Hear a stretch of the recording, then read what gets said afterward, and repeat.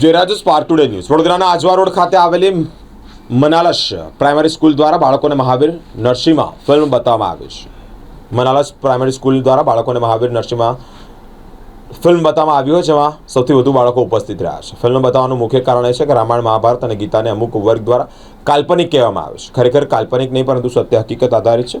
બાળકોના ઘડતર અને સિંચનમાં ધાર્મિક તેમજ આધ્યાત્મિકતા વધે અને વેદ પુરાણ તેમજ ગ્રંથો સાથે કાલ્પનિક નહીં પરંતુ સત્ય હકીકત સમજ પડે તેવા હેતુ સાથે ભગવાન વિષ્ણુના અવતાર એવા મહાવીર નરસિંહમાની એનિમેટેડ મૂવી બતાવવામાં આવી છે।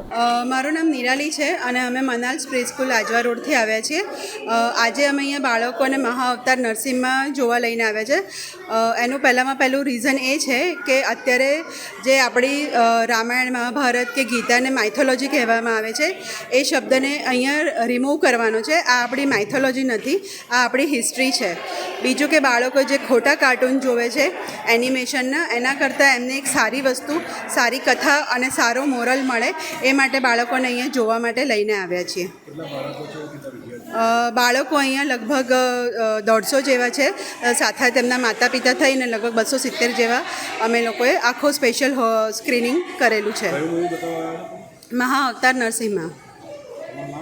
મારું નામ નિરાલી નાણાવટી।